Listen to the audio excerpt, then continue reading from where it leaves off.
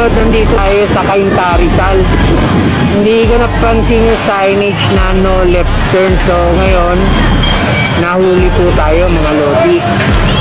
Pero syempre, dahil tao nagkamali, aminado naman po ko. Kaya humingi rin ako po sa pasensya kay tatay, yung traffic enforcer po na umuli sa akin. Hindi ko rin nakuha yung pangalan kasi alam niyo naman, Cavite pa ako, Cainta na ako to, pauwi pa lang ako tayo. Kaya mga lodi, kung tayo magkakamali,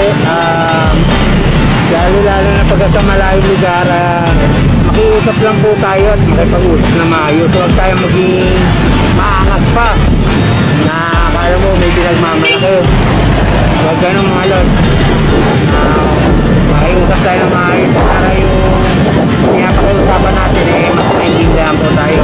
Kaya sa'yo tatay, shoutout po sa'yo dito sa may naka-duty sa lugar. So, Cainta FTFI. Yan. FTFI. Doon siya naka-duty mga lodi. Doon sa FTFI na hindi ka kapatok. Hindi ko alam to. Kasi pagkakabili nga tayo mga lodi. Napasalamat kita. Shoutout po sa inyo. Panghapon po siya. Panghapon. So, ito ngayon mga lodi. Kukuha ulit tayo ng mga fruit.